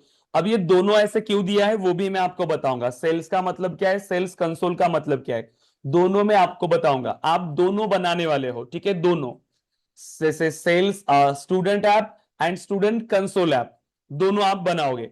जैसे यहां पर भी स्टूडेंट है, मतलब एक सेल्स है तो सेल्स कंसोल है, सर्विस है सर्विस कंसोल है। वैसे ही जब आप स्टूडेंट ऐप बनाओगे स्टूडेंट कंसोल ऐप भी बनाओगे। उसका रीजन मैं आपको बताऊंगा। सो देखो, न्यू लाइटनिंग ऐप बनाओ पहले तो। बनाने का तरीका एक ही है। तो क्या नाम देना चाहते हो? 5 स्टेप्स होती है एक ऐप बनाने के लिए, 5 स्टेप्स, ठीक है, 5 स्टेप्स। पहला स्टेप है ऐप डिटेल्स एंड ब्रांडिंग। तो ऐप की डिटेल्स आप दे दो। जैसे कि मैं उसको नाम देना चाहता हूं स्टूडेंट ऐप, ठीक है, स्टूडेंट ऐप या स्टूडेंट डिटेल, स्टूडेंट इन्फो, जो भी आप नाम देना है आप उसको नाम दे दो। तो डेवलपर नेम आ गया। डिस्क्रिप्शन देना है क्या मुझे? देना है तो आप दे सकते हो। ब्रांड इमेज आप चाहो तो ऐड कर लो, तो मैं देखता हूं कि मेरे पास है क्या brand image. So brand image, ठीक है, नहीं है तो कुछ भी आप ऐड कर लो। ठीक है, इसमें तो मेरे पास ज्यादा डेटा दिख नहीं रहा है। इसमें है लेकिन इसमें तो बहुत सारा डेटा है, ठीक है। तो केसॉफ्ट को मैं ऐड करता हूं, ठीक है, ये मैंने ऐड कर लिया। ये हो गई मेरी ब्रांड इमेज। ओके, सो मैंने ब्रांड इमेज ऐड कर लिया। इसके बाद मुझे जो भी वैल्यू चाहिए तो मैं उसी से रिलेटेड कोई वैल्यू ऐड कर सकता हूं। तो सेम कलर मैच होना चाहिए, ऐसे में यहां पर ब्रांडिंग के लिए है ये सब, ओके। तो ये मैंने ऐड कर लिया, done. So brand image, primary colour, app का नाम क्या होगा, वो सब इस तरीके से मेरा रिव्यू आएगा, मतलब उसका कि कैसे वो विजिबल होगा। तो ये उसका प्रीव्यू स्टूडेंट ऐप का। Then org theme option, use the apps in image and colour instead of the org's custom theme. हमारे ऑर्ग की भी एक थीम होती है, हम उसको भी चेंज कर सकते हैं। एंड मुझे मेरे ऐप की थीम यूज करना है इस ऐप के लिए, तो इसीलिए मैं इस चेकबॉक्स को क्लिक करूंगा। तो पहली स्टेप कंप्लीट हो गई, app details and branding. Next पे आइए। नेक्स्ट में अब आपको यहां पर मिलेंगे ऐप के ऑप्शन कि आप इसको कैसे कस्टमाइज कर सकते हो।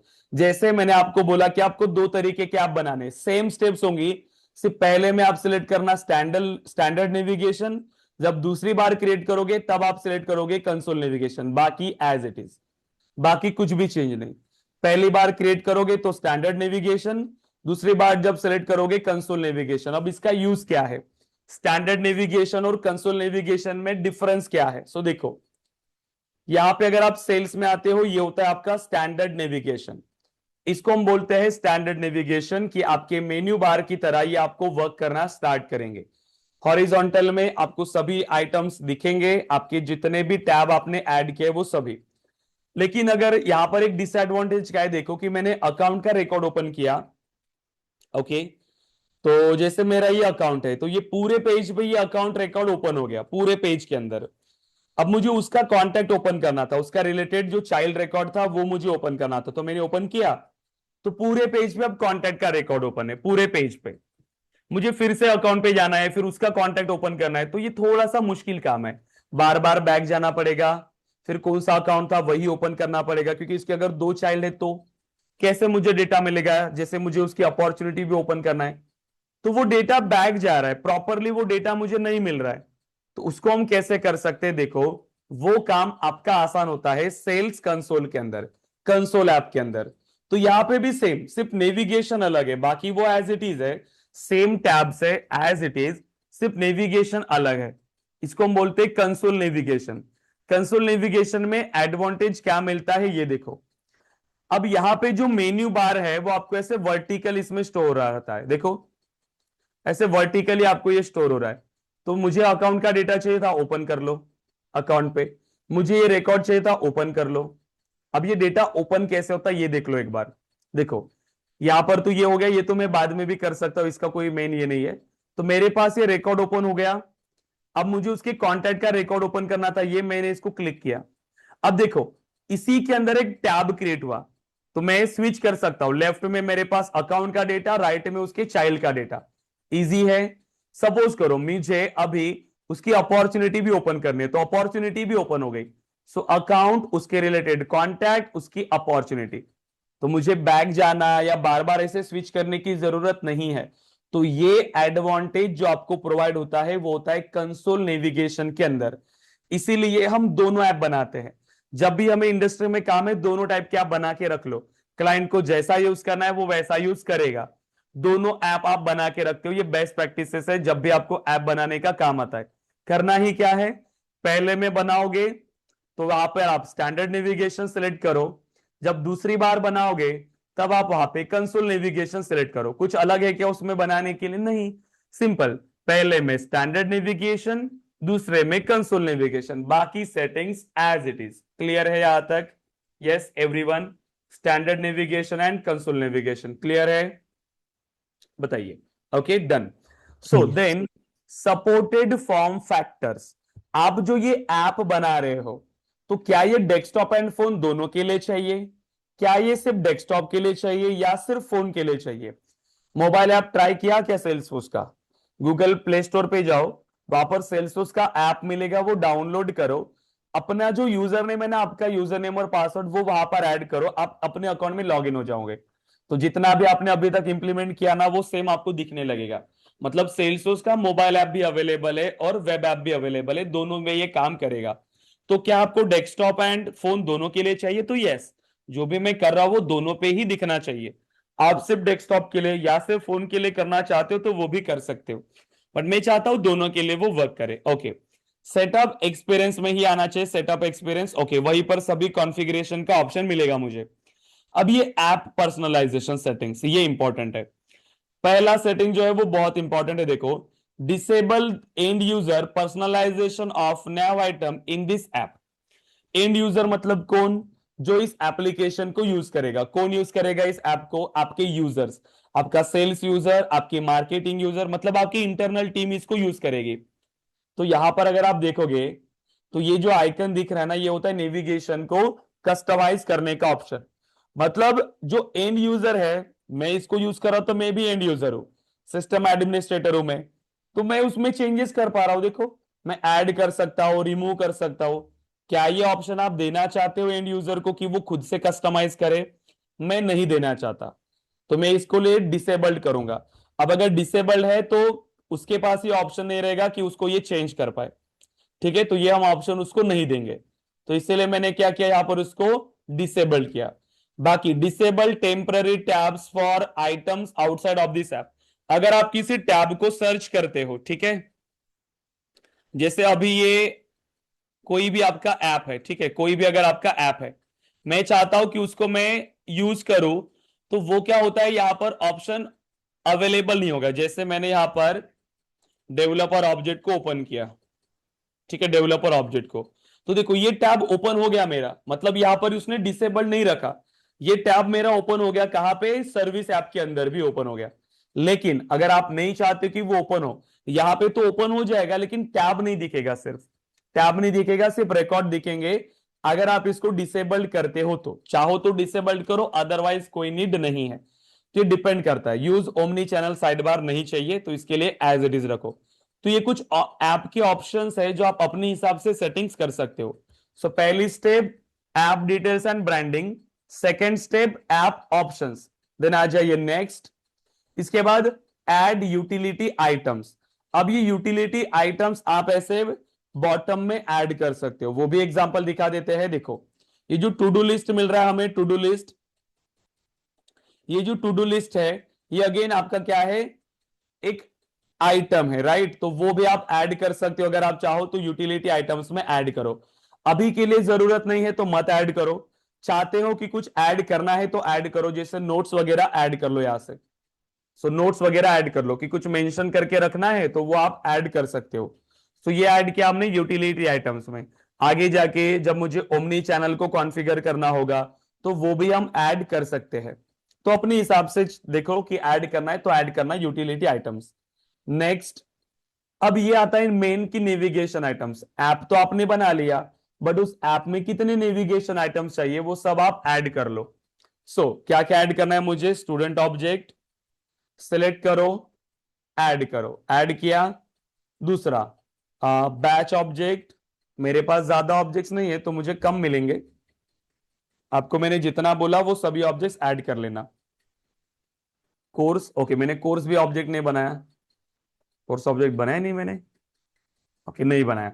ठीक है, तो मैं फिलहाल के लिए दो ही ऑब्जेक्ट्स को ऐड करता हूं, आप ऐड करोगे सिर्फ student related, instalment, student, batch and course. आगे जाके फिर इसमें वेबिनार्स का ऑब्जेक्ट बनेगा, सेमिनार्स का ऑब्जेक्ट बनेगा, वर्कशॉप का ऑब्जेक्ट बनेगा। ठीक है, वो सब हम बनाएंगे। बाकी एम्प्लॉय रिलेटेड ऑब्जेक्ट इसमें ऐड करना नहीं है, उसके लिए दूसरा ऐप बनाना, एम्प्लॉय ऐप। ठीक है, उसमें एम्प्लॉय रिलेटेड डेटा। तो नेविगेशन आइटम ऐड कर लिया। देन नेक्स्ट, अब यूजर प्रोफाइल की किसको एक्सेस देना है? बाय डिफॉल्ट अभी के लिए सिस्टम एडमिनिस्ट्रेटर को एक्सेस दे दो, बाद में हम इसमें चेंजेस कर लेंगे। फिलहाल के लिए सिस्टम एडमिनिस्ट्रेटर ऐड कर लो। ऐड किया and save and finish, and our first app is ready. Salesforce के अंदर अब अपना पहला ऐप रेडी है। कितना सिंपल है बताइए, सिंपल है या नहीं है गाइस? सिर्फ कॉन्फ़िगरेशन पार्ट ही है, अभी जस्ट मैंने बताया, आपने इंप्लीमेंट नहीं किया। देखना पड़ेगा स्टेप्स, एक तो नोट डाउन करना पड़ेगा या एक्सप्लोर करोगे तो आ जाएगा धीरे धीरे। पहली बार में जैसे दिखोगे, कुछ टाइम बाद ट्राई करोगे तो हो सकता है कि आपको स्टेप्स याद ना आ रहे। कुछ नहीं, एज इट इज वीडियो देखो या स्टेप्स नोट डाउन करते हुए चलो या ट्राई भी करो एटलीस्ट। आगे आगे बढ़ोगे आपको ये पता चलेगा, गलत भी हो तो क्या प्रॉब्लम है, फिर से क्रिएट करेंगे। सिंपल है या नहीं बताइए? सिंपल है गाइस एवरीथिंग? यस, ऐसे ही। लेकिन अगर आप बेसिक से इंप्लीमेंट करते किसी ऐप के अंदर तो कितना, हर एक के लिए कोडिंग, हर एक के लिए कोडिंग। बट यहाँ पे ऐसा नहीं है, बहुत सारी चीजें ऑलरेडी कॉन्फ़िगरेशन के थ्रू ही पॉसिबल है। बाकी जितना ऑपरेशन होता है वो सिर्फ डेटा के ऊपर, बाकी कैसे दिखाना है, कैसे शो करना है, सब कुछ। राइट, अब देखो, तो कहां मिलेगा अपना ऐप हमें? कहां मिलेगा बताइए, कहां मिलता है अपना ऐप? वो मिलता है इस ऐप लॉन्चर के अंदर। तो दिखे क्या कि कैसा दिख रहा है मेरा ऐप?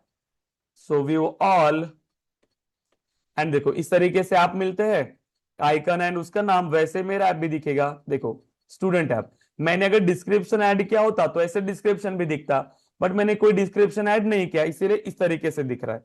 इसको क्लिक करो एंड देखो मैंने सिर्फ दो ही ऑब्जेक्ट इसके अंदर ऐड किया था, तो वो दो ही ऑब्जेक्ट्स मिलेंगे। देखो मिल रहा है क्या? राइट, तो इस तरीके से मुझे मेरा डेटा मिल रहा है। तो मैं बैच का डेटा एक्सेस कर सकता हूं, मैं स्टूडेंट का डेटा एक्सेस कर सकता हूं, जो भी मुझे इंफॉर्मेशन चाहिए वो। तो यहाँ पर मुझे मेरा ऐप का लोगो मिल रहा है, उसका नाम मिल रहा है, जितने टैब मैंने ऐड किया, पर्सनलाइजेशन को, उसको कस्टमाइजेशन का ऑप्शन मैंने डिसेबल्ड रखा था इसलिए डिसेबल्ड किया। मैं दूसरे ऐप को मैंने इनेबल किया था तो वो मुझे यहाँ पर मिल जाएगा। तो इस तरीके से हमें अपना फर्स्ट ऐप क्रिएट करना है। यस एवरीवन, सिंपल है? सिंपल है सब कुछ? Yes, okay. अब लास्ट टॉपिक जो हमें अगेन इसके अंदर डिस्कस करना है वो है स्कीमा बिल्डर। अब उसका यूज क्या है वो भी समझो, ये आपके लिए बहुत हेल्पफुल है as a developer. Okay, schema builder. देखो अभी तक अगर सपोज करो कि जब आप कंपनी में काम करने के लिए जाओगे तो आप सेल्स ऐप पे काम कर रहे हो, सपोर्ट पे काम कर रहे हो, या आप स्टूडेंट ऐप पे काम कर रहे हो। स्टूडेंट ऐप पे ही अभी कितने ऑब्जेक्ट्स है आपके पास? स्टूडेंट, राइट, देन इंस्टॉलमेंट, सो इंस्टॉलमेंट, फीस, ओके, उसके बाद बैच एंड कोर्स। अब जब आपको काम स्टार्ट करना है इसके ऊपर, ठीक है, उसके ऊपर आपको काम स्टार्ट करना है कि स्टूडेंट का डेटा आएगा, फिर उस तरीके से उसका फ्लो होना चाहिए, फिर फीस कैसे मैनेज होनी चाहिए, कैसे उसको ईमेल जानी चाहिए ऑटोमेटिकली। तो जब भी आप कोई डेवलप करोगे, कुछ भी फंक्शनैलिटी अगर आपको डेवलप करना है, तो उसके पहले आपको डेटा मॉडल पता होना जरूरी है ना। अब आपको उसका डेटा मॉडल पता होना जरूरी है कि कौन पेरेंट है, कौन चाइल्ड है, कैसे वहां पे रिलेशनशिप बनाई हुई है, ये पता होना जरूरी है या नहीं बताइए? उसके बिना आप कैसे उसको इंप्लीमेंट करोगे? क्लियर हो रहा है? उसके बिना आप इंप्लीमेंट कर पाएंगे क्या? नहीं, आपको ये बताना पड़ेगा कि आप इसको कैसे इंप्लीमेंट करोगे, उसमें रिलेशनशिप क्या है, उसके बाद ही आप इसमें कुछ इंप्लीमेंटेशन स्टार्ट करते हो। क्योंकि कुछ भी लॉजिक लिखने के लिए उसमें लिमिट, उसकी आपको रिलेशनशिप पता होनी चाहिए कि वो कैसे काम कर रहा है। तो उसी के लिए आपको हेल्प करता है स्कीमा बिल्डर। तो किसी भी एग्जिस्टिंग ऑब्जेक्ट की रिलेशनशिप आप इसमें फाइंड कर सकते हो। सो सेटअप में आओ, या ऑब्जेक्ट मैनेजर में भी आपको इसका ऑप्शन मिलेगा स्कीमा बिल्डर का, या फिर सेटअप से आप इसको ओपन कर सकते हो। सो मल्टीपल ऑप्शन है, आप जहां से भी चाहो इसको ओपन कर लो। तो स्कीमा बिल्डर, ठीक है, सो स्कीमा बिल्डर, ओके। तो ऑब्जेक्ट एंड फील्ड्स के अंदर आपको ऑप्शन मिल रहा है स्कीमा बिल्डर। आप ऑब्जेक्ट मैनेजर से भी इसको सिलेक्ट कर सकते हो। सो स्कीमा बिल्डर ये बहुत काम का टूल है आपके। ओके, अब देखो ये सभी ऑब्जेक्ट्स है आपके, ये जो दिख रहे हैं ना ये काड़ी कचरा, ये पूरे आपके ऑब्जेक्ट्स है। और देखो सेल्सोस इसको इंटरनली यूज कर रहा है। इतने सारे ऑब्जेक्ट्स बने और ये रिलेशनशिप है जो आपके पास दिख रही है, सोचो इतने सारे ऑब्जेक्ट सेल्सोस के अंदर है, बट इस पे हम काम नहीं करने वाले। सेल्सोस इंटरनली इसको यूज करता है, ठीक। सिम, सिंपल सिलेक्ट ऑल किया तो मतलब ये सभी ऑब्जेक्ट्स आ गए, सभी ऑब्जेक्ट्स का रिलेशनशिप आपको यहां पर शो कर रहा है। क्लियर ऑल करो, एक भी ऑब्जेक्ट आपको यहां पर नहीं दिखेगा, तो ये आपकी जो कैनवस की स्क्रीन है ये ब्लैंक हो जाएगी। अब मुझे कौन से ऑब्जेक्ट का रिलेशनशिप फाइंड करना है, तो यहां पर कैटेगरीज दी लिया है। Select from all objects, selected objects में सिलेक्टेड ऑब्जेक्ट्स मिलेंगे, अभी सिलेक्टेड में 0 मिल रहे हैं क्योंकि एक भी सिलेक्ट नहीं हुआ है, राइट। स्टैंडर्ड ऑब्जेक्ट जो ऑलरेडी बने हुए हैं। स्टैंडर्ड ऑब्जेक्ट का ये एक पार्ट होता है सिस्टम ऑब्जेक्ट। सिस्टम ऑब्जेक्ट मतलब ऐसे ऑब्जेक्ट जो हर ऑब्जेक्ट के साथ रिलेट होते हैं, जैसे कि activity, event, task and user, ये हर ऑब्जेक्ट के साथ रिलेटेड है, ठीक है। ये भी स्टैंडर्ड की कैटेगरीज में आते हैं। एंड देन कस्टम, मुझे जिस ऑब्जेक्ट का स्क्रीन यहां पर उसका रिलेशनशिप फाइंड करना है। बैच को मैंने ओपन किया तो देखो ये आ गया बैच ऑब्जेक्ट। बैच के साथ स्टूडेंट का क्या रिलेशनशिप है तो मुझे यहां पर पता चल जाएगा। देखो जितने ऑब्जेक्ट चाहिए बस उतने ही ऑब्जेक्ट्स ऐड कर लो। डेवलपमेंट एम्प्लॉयज, देखो आ गया रिलेशनशिप प्रॉपर। तो ऐसे ही क्या करना है अब आपको, जितने ऑब्जेक्ट्स आपने बनाए सभी ऑब्जेक्ट्स को स्कीमा बिल्डर पे ऐड करना है और उसका स्क्रीनशॉट लेना है, ताकि मुझे भी पता चलेगा कि आपने ऑब्जेक्ट्स बनाए हैं या नहीं, ठीक है। तो ये आपके लिए टास्क है। अब जैसे मैंने आपको रिलेशनशिप बताया था ऑलरेडी, ओके देखो मैं यहां से जूम कर सकता हूं, मतलब मैक्सिमाइज और मिनिमाइज में कर सकता हूं। इसमें आप देखो जहां से सिंगल लाइन निकल के आ रही है वो होता है पेरेंट, जिस ऑब्जेक्ट के सामने मल्टीपल लाइन से वो होता है चाइल्ड। तो batch is parent, student is child, but relationship कौन सी है, सो देखो जब ये ऐसी हल्की ग्रीन या ब्लू कलर की लाइन है ना ये, तो मतलब लुकअप रिलेशनशिप है, लुकअप। जब ऐसी रेड लाइन आती है देखो यहाँ पे डिपार्टमेंट एंड एम्प्लॉयज, तो जहां पर ऐसी रेड लाइन है मतलब वो मास्टर डिटेल। जहां से सिंगल लाइन आ रही है पेरेंट ऑब्जेक्ट, जिस ऑब्जेक्ट के सामने मल्टीपल लाइन से वो होता है चाइल्ड। और यहां पर देखो ये होती है self relationship, object related to itself. तो ऐसी रिलेशनशिप आप फाइंड कर सकते हो आपके स्कीमा बिल्डर टूल से। क्लियर है एवरीवन यहां तक? यस। तो स्कीमा बिल्डर का एडवांटेज बहुत है। तो ये हो गया पहला ऑप्शन, स्कीमा बिल्डर का एडवांटेज। इसके अलावा क्या एडवांटेज है, अगर आप एलिमेंट्स में आओगे तो आप ऑब्जेक्ट भी बना सकते हो, आप डेटा मॉडल यहीं से डिजाइन कर सकते हो। एक ऑब्जेक्ट बना सकते हो, तो इसको ड्रॉप किया तो नया ऑब्जेक्ट क्रिएट करने का ऑप्शन आएगा, क्रिएट न्यू ऑब्जेक्ट, उसका label, plural label, object name. तो ये अगेन आपके पास ऑप्शन अवेलेबल है ऑब्जेक्ट क्रिएशन के लिए भी। या फिर अगर मुझे किसी ऑब्जेक्ट पे फील्ड बनानी है तो सिंपल, जैसे कि कोई भी एक फील्ड ले लो, जैसे मुझे जिस ऑब्जेक्ट पे चाहिए उस ऑब्जेक्ट पे जाके उसको छोड़ दो, उसी ऑब्जेक्ट पर ये फील्ड बनेगी। मैंने बैच ऑब्जेक्ट पे छोड़ा इसीलिए देखो वो बैच ऑब्जेक्ट पे फील्ड बन रही है। तो यहां से आप फील्ड्स को भी बना सकते हो। तो ये एक अनादर एडवांटेज है आपके स्कीमा बिल्डर टूल का। तो इसको एक्सप्लोर करो इन टूल्स को, ये इंपॉर्टेंट है आपके आने वाले जर्नी के लिए, ठीक है। तो ये इंपॉर्टेंट है। यहां पर कुछ नहीं, बाकी फिर ऑप्शन है ऑटो लेआउट, तो ये ऑटोमेटिकली अपने हिसाब से कॉन्फ़िगर करेगा। हम इसको भी ड्रैग एंड ड्रॉप कर सकते हैं। अगर ऑब्जेक्ट्स बहुत दूर दूर चले गए, यहां पर ऐसे बहुत दूर चला गया ये ऑब्जेक्ट, तो फिर उसको प्रॉपरली फाइंड करना मुश्किल होता है, तो इसके लिए सॉल्यूशन है कि ऑटो लेआउट कर लो, तो ये पास में आ जाएंगे, ठीक है, सभी ऑब्जेक्ट्स इस तरीके से। इसके बाद व्यू ऑप्शन में नॉर्मल सेटिंग्स है कि डिस्प्ले एलिमेंट नेम्स। अभी यहां पर क्या दिख रहा है, मुझे फील्ड का लेबल दिख रहा है। अगर मैं चाहता हूं कि मुझे फील्ड का एपीआई नेम पता चले, तो सिंपल आप करो डिस्प्ले एलिमेंट नेम्स, तो फिर ये क्या करेगा, आपको उसका एपीआई नेम शो करेगा, फील्ड का एपीआई नेम। तो ये भी अगेन आपके पास ऑप्शन है। बाकी तो ये कुछ नहीं है। हाइड रिलेशनशिप, तो ये रिलेशनशिप हाइड करेगा।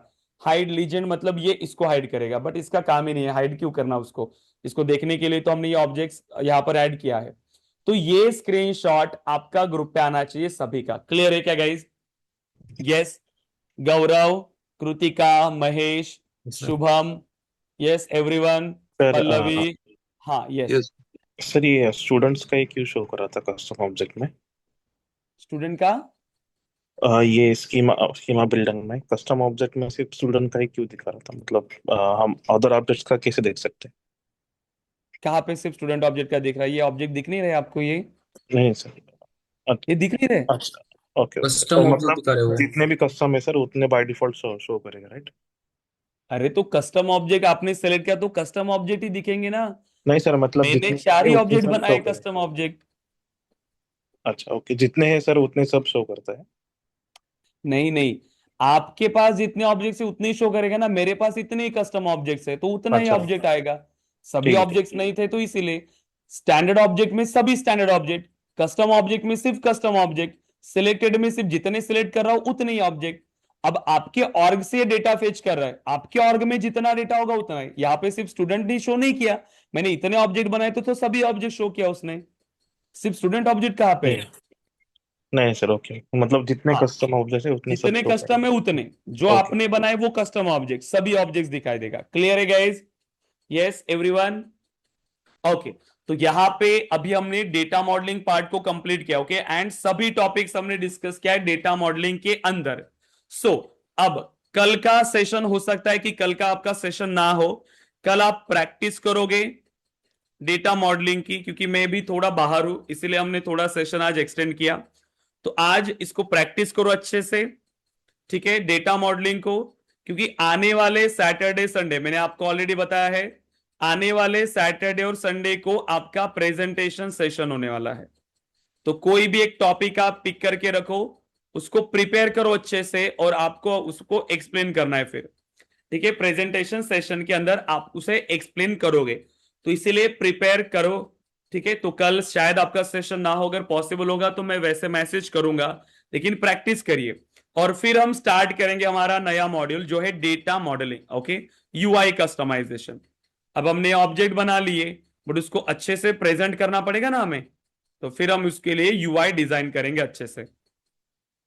सो फिर हम स्टार्ट करेंगे यूआई कस्टमाइजेशन। लेकिन सैटरडे और संडे के सेशन के लिए ये प्रिपेयर करके आओ। ठीक है, सभी को कंपलसरी है ये, सभी को कंपलसरी है। क्लियर है गाइज एवरीवन? गौरव, कृतिका, महेश।